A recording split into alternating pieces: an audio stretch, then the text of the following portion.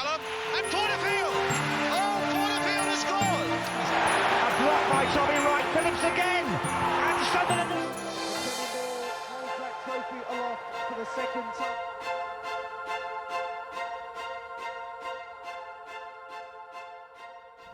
Hello, how are we getting on? So, big 3 points, big win at the Stadium Light this afternoon.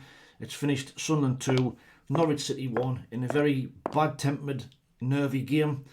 Largely, contributed by the referee. Referee Lee Doughty should have been called Lee Doubtful. Absolutely shocking this afternoon. 10 yellow cards, 5 for Sunderland, 5 for Norwich, and a red card for Norwich as well. Spoilt the game. Honestly, so picky and so finicky. Unbelievable. But once he's booked somebody for little fouls, he's made a run for his arm back, and it kind of progressed throughout the game. But we started the game with one change. So we had Anthony Patterson in goal. Treahune apparently had been suffering from a bug this week, so Luke O'Nien came in at right back. We had Dan Ballard, Chris Meckham, Dennis Sutton at left back. In midfield, we had Dan Neil, Jobe, Chris Rigg, Patty Roberts, Wilson Isidore and Eliza Mienda. And first off, we were awful, to be honest with you, but I'm going to give a lot of credit to Norwich. Norwich, like I said in my preview video, they've come here on a bad run. They've been away from home, they've been really poor, but from the very first whistle they were really good. They looked lively, they were bright, and they were getting the ball in behind us and caused us loads of problems. Now, I said in the preview video that Borja Sainz, if we could keep him quiet, then we'd have a good chance of winning the game. He was a thorn in our side all afternoon. Yes, he guns down really easy. Yes, he picks up niggly fouls, and he winds the crowd up, and he's good at it. But he's a good player. Time and time again you could see he's their danger man. He gets it in great spaces, gets in behind, gets in the box, and he's a great player. You can see why he's got 15 goals this season. And to see first half, they were getting in behind us and they were catching us out on the counter-attack, which stopped us from playing our press. We were terrified to press forward because we were getting caught going the other way. We didn't create any chances of note in the first half. We kept on getting some good positions around the box, but the final ball, and we didn't test Alex Gunn in goal at all. And then obviously we conceded a sucker punch from the corner. There's a corner, guns up. It's a million in the box. There's a shot. Patterson saves it. The rebound, couple of rebounds, and then their defender, I think it's Soleimani, prods it home. It's 1-0. It's their first shot on target really. But like I said, they were dangerous and we were poor. We couldn't keep hold of the ball. We were sloppy, but that was a lot to do with them playing really well. So I'm going to give them a lot of credit for that first half. Like I say, a combination of the two. We were poor. They were very good and looking dangerous. And we got in at half time 1-0. And Norwich deserved that, I thought. Say the referee was poor. And you're hoping that Ridge Labris is going to do something from half time. And to be fair, from the kick-off from the second half, you would see that we were pressing 5 at 10 yards further up the pitch, pressing them high, a lot more energy, and they struggled to get out.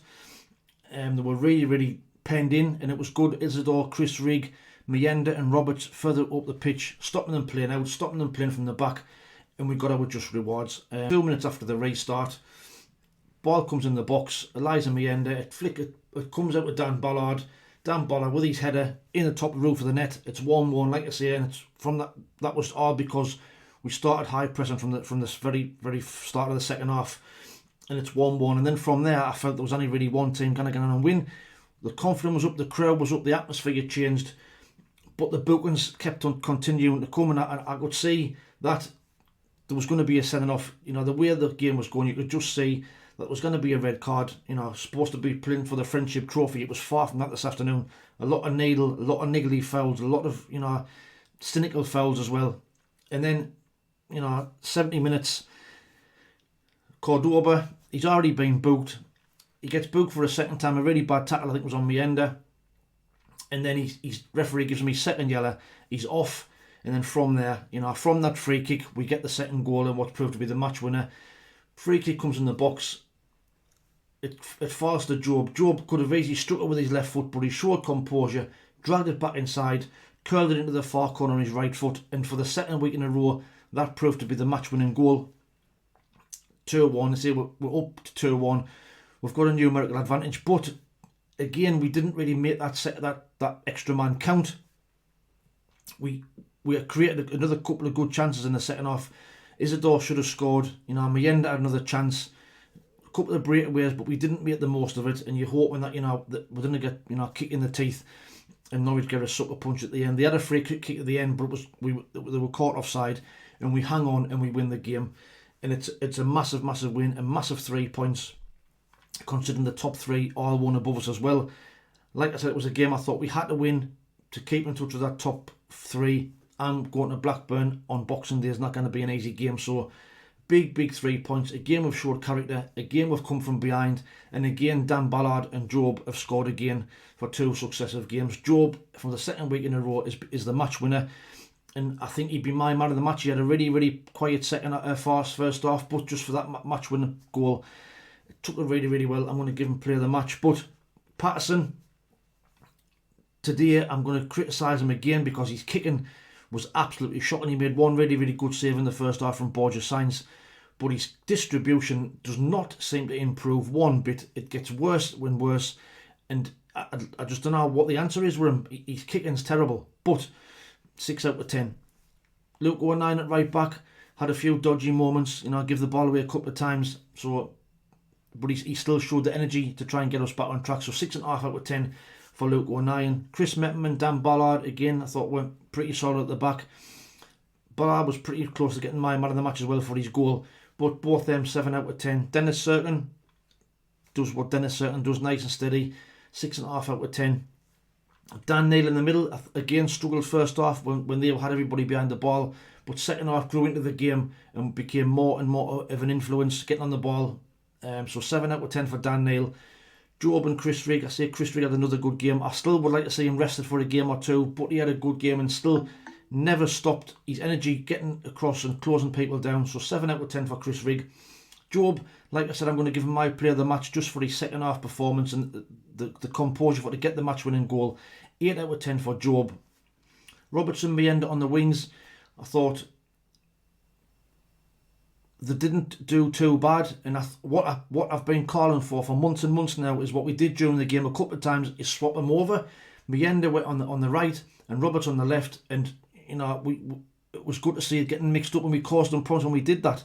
So I'm going to give them both 7 out of 10. Isidore never stopped running today.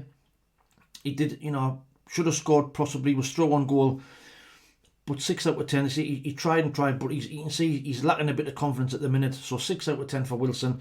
Substitutions, we brought Adil Elshish, I thought did quite well again when he came on, so I'm going to give him a 6.5 out of 10. We made some late changes. Dan Ballard went off injured. I hope it's not too serious, so Yelda came on. Alicia came on for Dennis Serkin. And we probably changed our whole of our back four. Trey Hume came on as well later on in the game. But our whole back four ended up, I think, being booked at some point. So, but like I say, a big win, a big 3 points. We've come from behind. We've showed character. Back-to-back wins. We're back on track, hopefully. Hopefully we can now get to Blackburn on Boxing Day and get a result there and keep in touch with that top three. Other results today. Burnley beat Watford 2-1. Sheffield United, another clean sheet, won away 2-0 at Cardiff. Leeds beat Oxford 4-0. Millwall beat Blackburn, so Blackburn suffering defeat away from home at Millwall. And Plymouth drew 3-3 with Middlesbrough. Shock result. I thought Borough would have turned them out today. They run that Plymouth run, but 3-3 that result was. So that leaves the league table looking like this. So Sheffield United played 22, 48 points, a goal difference of plus 21. Leeds played 22, 45 points, plus 26. Burnley played 22, 44, 19 plus 19 goal difference. We've played 22, 43 points plus 16. Blackburn 21, 37 points. We've got a 6 points gap over them. They've got a game in hand with a goal difference of plus 7. Middlesbrough played 22, 35 points plus 10. So that result just further cemented our place in that top four. If we can get a result at Blackburn, it'll be it'll be a massive win if we can get 3 points at Blackburn and give us an even further gap in between 4th and 5th. So hopefully we can get to Blackburn on Boxing Day and get a great result. But like I say, I'm over the moon with that. A great second half performance, a great comeback. Jobe, my player of the match. Let me know who your player of the match is. in the comments below. I just want to say as well that to the right of us, just before the end of the game, there seemed to be somebody suffering some kind of medical emergency. So I hope that they are all fit and well and they got home and got looked after and got the care they need. So I hope they are all right. But have a great Saturday night. I'll do a video obviously for the Boxing Day game at Blackburn. It'll probably be released for you to watch on Christmas Day when you've stuffed full of turkey, or I'll do it the day before Christmas Eve. We'll see how we get on, but there will be a video coming out, so watch out for that. Please like, share and subscribe to the channel if you don't mind. Have a great Saturday, enjoy it. Just about to go and watch Tyson Fury hopefully bash Alexander Usyk, but we'll wait and see how that one pans out as well. But all the best, have a good one, and we'll see you next time. Ta-ra.